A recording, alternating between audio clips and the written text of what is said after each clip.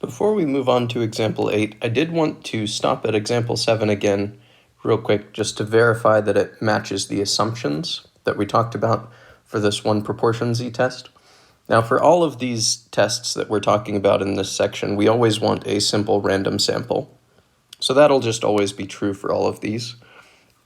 But what we didn't talk over yet is this second assumption, which just says that your sample size times your null hypothesis proportion and your sample size times 1 minus your null hypothesis proportion, those both need to be 5 or greater. That's just to make sure that your sample size is large enough so that these models or these techniques are applicable.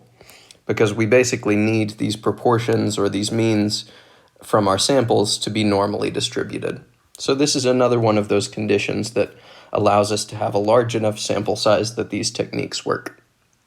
So let's actually check that n times p naught and n times 1 minus p naught are at least 5 in this example that we just finished, just to make sure that these techniques were actually applicable. So here, I'll just compute these up here at the top. So let's compute n times p naught. So n in this case was 1053, that was the sample size, and the proportion that we used for our null hypothesis was 0.5. So that would be half of 1053, which is about 526. And notice that in this case, because p naught was 0.5, 1 minus p naught will also be 0.5. So in this particular case, n times p naught and n times 1 minus p naught are both the same. They're both 526, and that's definitely bigger than 5. So this matches the assumptions that we need in order to use this one proportion z test like we did. So in theory, we should have checked that at the very beginning, but usually as long as your sample size is large enough, these will be automatically satisfied. So for example, in the next problem, if I wanted to know whether I could use the same strategy here, then what I would look for is the value of n here. And actually, before we talk about that, let's just read over the problem. So it says billions of dollars are being spent at theme parks each year. A management consultant, Laura Jones, claims that at least 10% of those trips that people take each year include a theme park visit. A survey of 1,233 people who took trips revealed that 105 of them included a visit to a theme park, and we're supposed to be using a 5% level of significance. So basically what we're trying to do is we're trying to verify Laura Jones' claim that at least 10% of trips include a theme park visit. So if I wanted the null hypothesis, remember that will involve in this case a proportion because we're talking about a percentage of trips, and the claim is that at least 10% of these include a theme park visit, so the null proportion would be that 10%. So the null hypothesis will always be written with an equal sign, and in this case, the alternative hypothesis that we're testing is maybe that proportion is actually supposed to be bigger than 10%. So I'll just write it like that. Okay, so based on that, we can now compute whether these initial assumptions are correct. In other words, I need to know whether n times p naught and n times 1 minus p naught are at least 5. But in this case, what we have is that n times p naught, that would be, because we surveyed 1,233 people, that'll be 1,233 times 10%, or in the lower case, it'll be 1,233 times 0.9. And both of these are at least 100. So both of these are bigger than or equal to 5, which means that this is enough for us to be able to use these techniques that we talked about on the previous page. Okay, so now we can look at the significance level that was just told to us in the prompt. So we know that the significance level is 5%. We can also look at computing the test statistic from our sample proportion, and then the proportion from the null hypothesis. And I'm just going to copy down the formula that we used previously to compute this test statistic. It's on this first page of the 8.4 notes. Now, we know everything that we need to here except for this part. We haven't yet computed the sample proportion. So let's come up here and do that. The sample proportion here got 105 people out of 1233. So that would be 105 out of 1233. And if you plug that into a calculator, it ends up coming out to about 0.085. So in other words, around 8.5% of the people that she surveyed had a theme park visit. So now we can compute the corresponding z-score, but notice that it's already not looking good for the alternative hypothesis, because here in the sample we actually got a proportion that was less than 10%, and therefore it was not at least 10%. But in any case, we can proceed as usual, so we'll just plug in our sample proportion minus the null hypothesis proportion divided by the square root of the null hypothesis proportion times 1 minus the null hypothesis proportion divided by n. And if you want some practice plugging this into your calculator, then you might go ahead and try evaluating this. If you end up getting the wrong answer, it's probably because you need to parenthesize a little more. So you might want to parenthesize like that. But what I got whenever I plugged this in was a z-score of negative 1.76. And remember that what we're trying to do is we are, for right now, pretending that the null hypothesis is true. In other words, that the proportion of people is around 10% that include theme park visits with their trips. And that means that for samples like the one that we took, we would expect the proportion that we get from the samples to be distributed something like this. They'd be concentrated around 0.1, which is the true proportion, but they might be sort of all over the place. And in order for us to doubt this distribution, in other words, in order for us to doubt the null hypothesis, we would need to get an extremely high p-value from our sample. So we're going to look at the proportion that we get from our sample. Let me rewrite that.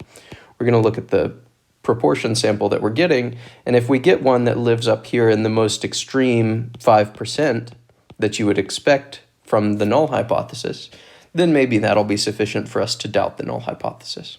So this is what we're looking for. And what we can do is we can take either of these two approaches, the critical value or the p-value approach.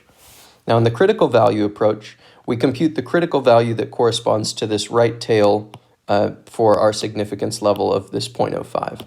And we actually did that in the last problem as well. So we were looking for the z-value that has 5% of the area to its right, and we already looked that up in the previous problem. It's 1.645. So in terms of the picture here, this would be our critical value.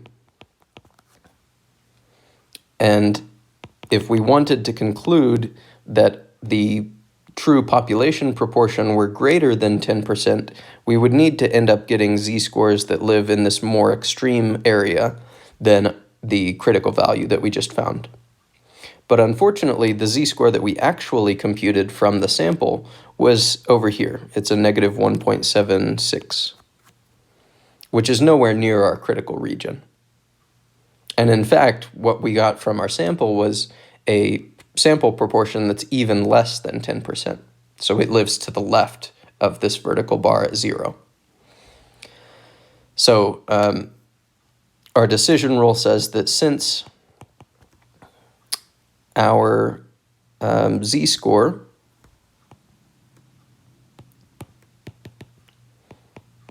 is less extreme, I'll say to the right because this is a right-tailed test, than the critical value, we do not reject H naught.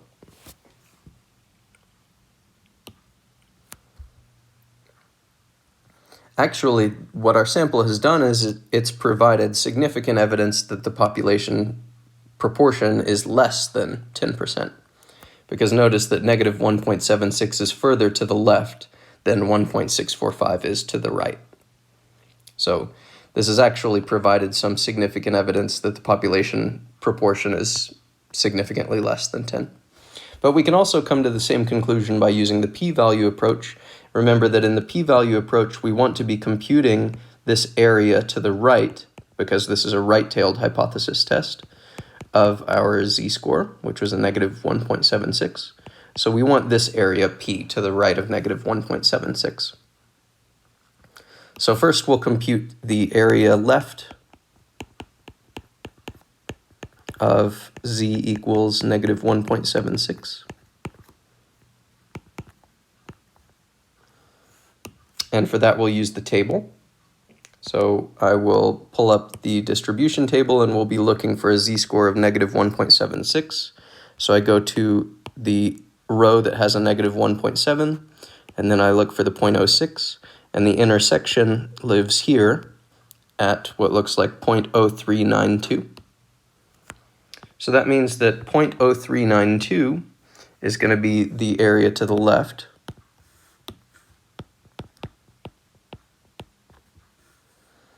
And therefore, the right area, which is our p-value, would be 1 minus that, which ends up coming out to 0.9608. And then we can refer to the decision rule at the beginning of this section, but the point is that since p is significantly bigger than alpha, we do not reject H naught. So in both of these cases, we are not going to be rejecting H naught in favor of Laura Jones' alternative hypothesis because the data is not looking very good for her alternative hypothesis. Okay, so next we'll look at this interpretation. So for the interpretation, I'm just going to say that the data suggests that the true proportion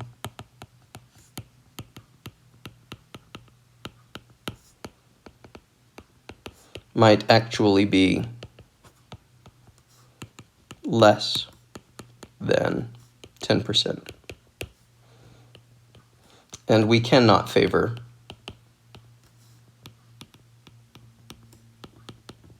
the alternative hypothesis here.